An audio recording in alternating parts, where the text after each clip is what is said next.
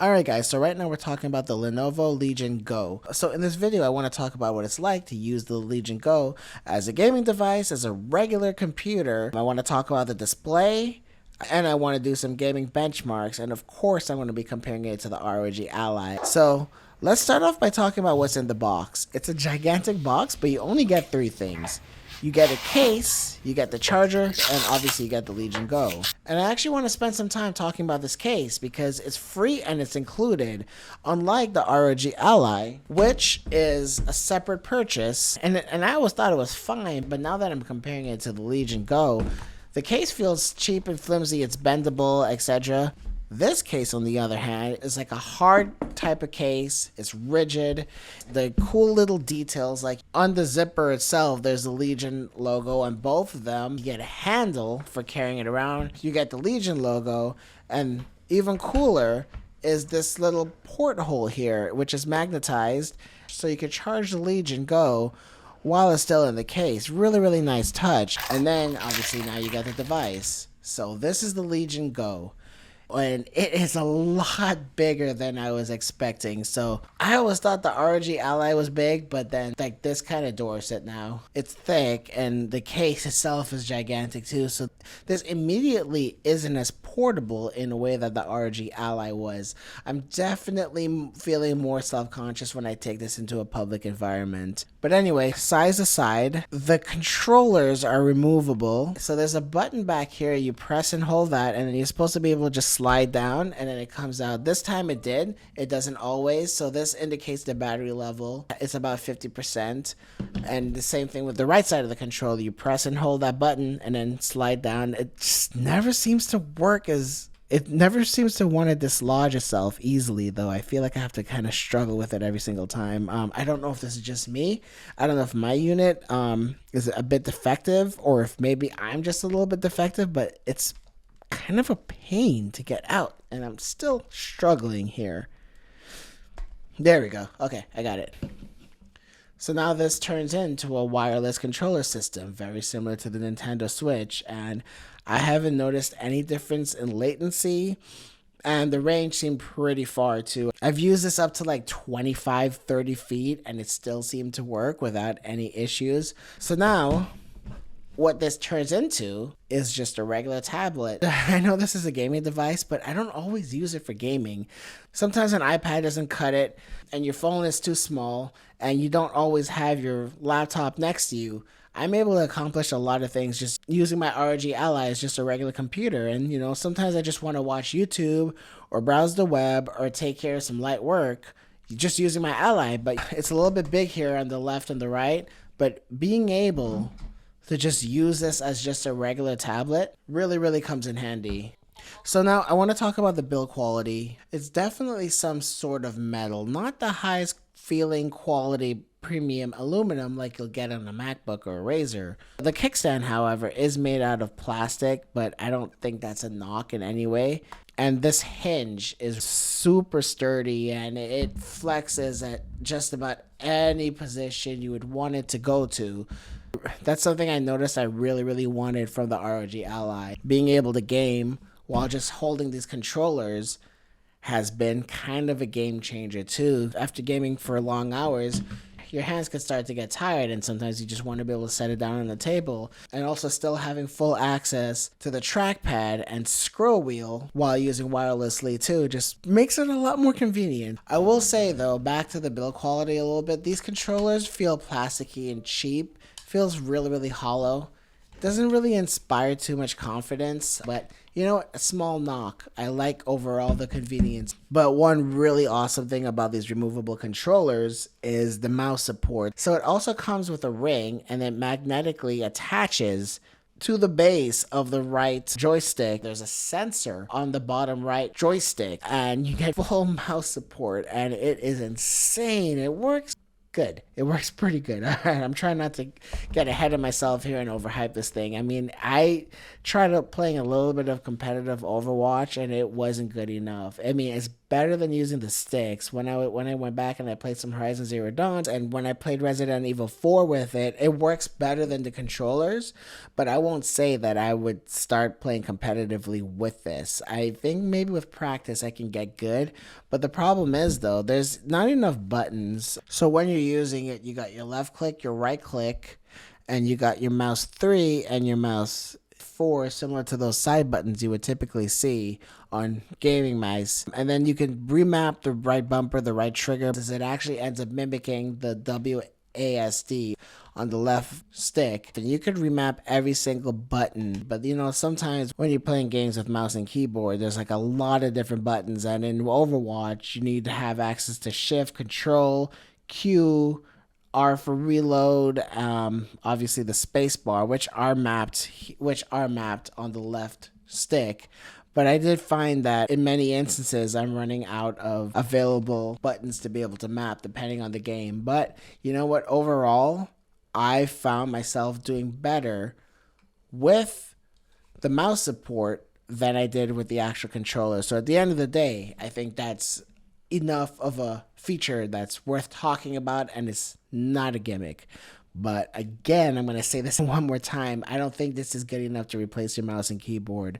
I mean, this has 2 USB ports, so you can connect a mouse and keyboard to it, but then you can't charge. And that kind of brings me to Ugreen. They're going to be a sponsor on the channel soon, but I just wanted to quickly talk about them. So this is the dock that they sent me. So this USB-C plugs right into the Legion Go, and this plugs into the power, so it's able to charge it, and it provides data to the Legion Go, and then you have access to 2 USB-A ports, a USB Type-C, and at the back you get Ethernet and some display ports. So with this, I mean, you can just hook up a regular keyboard and mouse and you're fully off to the races if that's something that you're into. But I mean, none of this matters if the display is bad, right? Well, thankfully this display is amazing. It is probably the best display I have seen on a portable gaming device. And it measures incredibly well too. It's enough to do 10-bit color or HDR, but unfortunately this display doesn't support that, which I guess is fine. For portable gaming, if you turn on HDR, your battery life is going to tank. And I'll get to battery a little bit more in a second. But back to the screen, it's incredible to look at. The colors are detailed and rich. And in terms of brightness, the minimum brightness is only 24 nits, which, you know what, it's still kind of high. If you try to use this device in a dark room, it's going to light up the entire room. If you share a bed with someone, is going to really be disturbing to them to the point where they might just make you turn it off or stop gaming. And also for your own benefit too, if you're just trying to do a little bit of gaming or just trying to browse a little bit before you go to bed, the minimum brightness is a bit too bright to where it might end up keeping you up and it might be a little bit harder to wind down. But the maximum brightness, I am measuring 474, so not the advertised 500 nits, but 474 is plenty bright, and the contrast is 1,000 to 1 too. So I've seen some other videos where they're saying that this is either a micro LED or a micro OLED. I'm not sure what screen technology this is. Lenovo doesn't advertise that, or at least not from what I'm able to see, but this measures like an IPS display, and the viewing angles to me indicate that it's an IPS display too, which are usually good, but not as good as OLED in terms of viewing angles. One other thing I do want to point out though is this screen is incredibly reflective. In bright days, or if you have lights over you, it is a little bit distracting. Like, so just compared to the ROG Ally, and you know, it's not really picking up much reflections. As you can see here, the way the glare picks up, it kind of washes out the entire screen. So as good as the contrast is, it will look washed out in lighting situations like what I'm filming in right now. And I want to talk about noise really quickly too. It's really noisy here. This is just a boot up.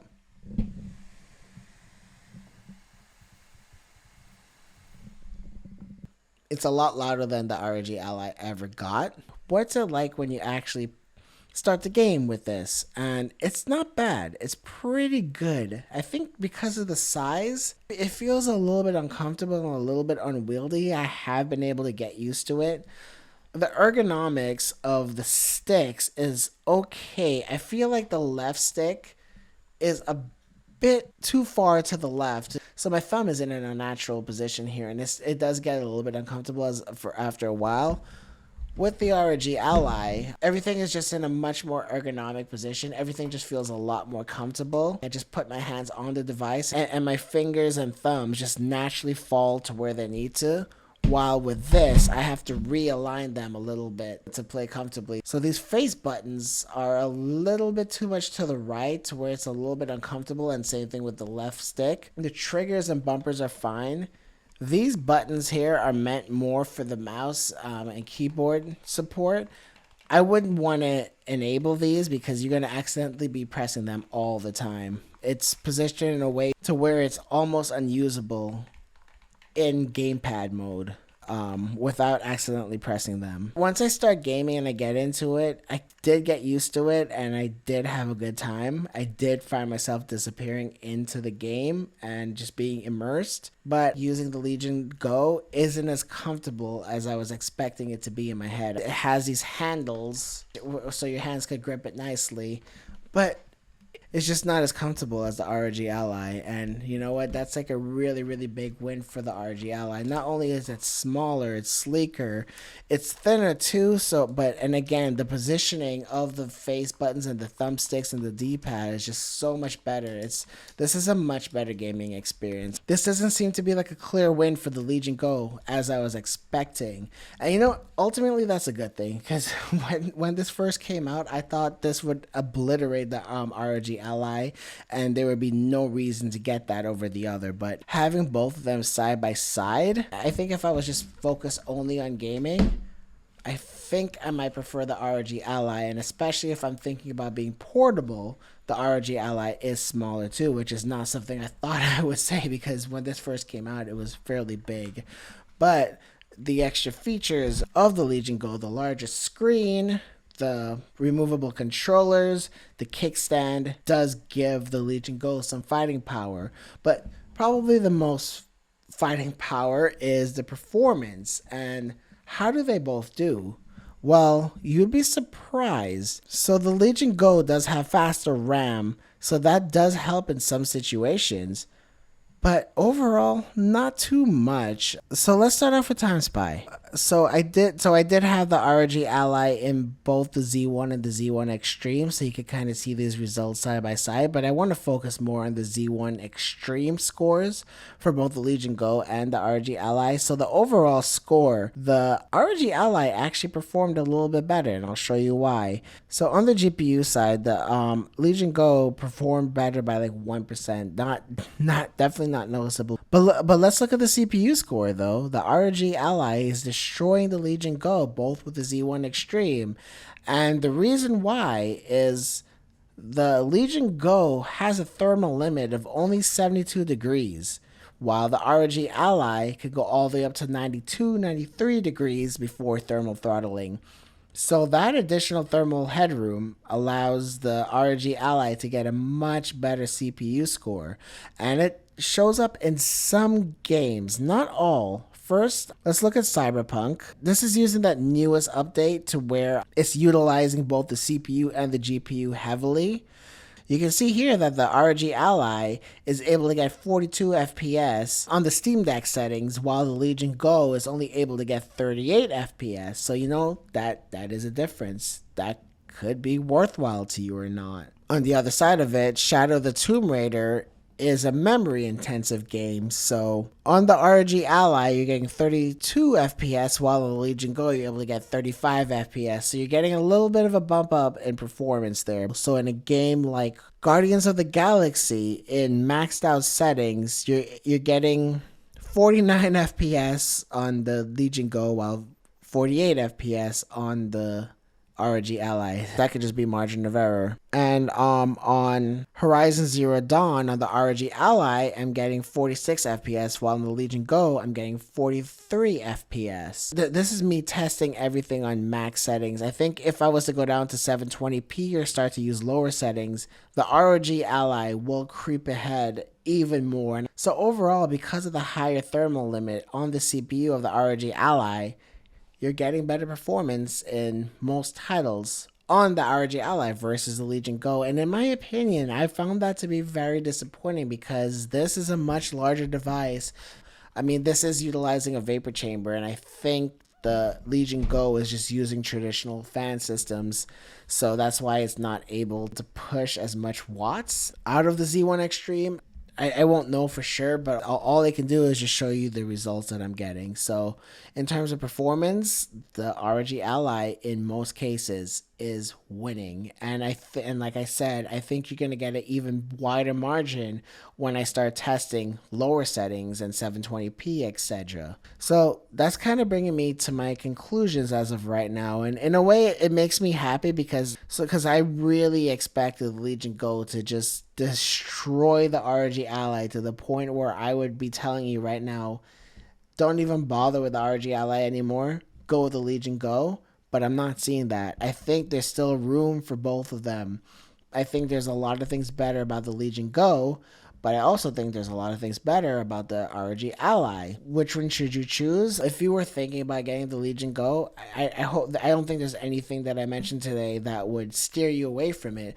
But I think what may have happened is now you might have a decision to make between the Legion Go and the ROG Ally. So, alright guys, I'm going to do more testing on this. I'm going to spend more time with it. I'm going to wait for some more updates to come out before I give like a full detailed review. Thanks a lot. Bye.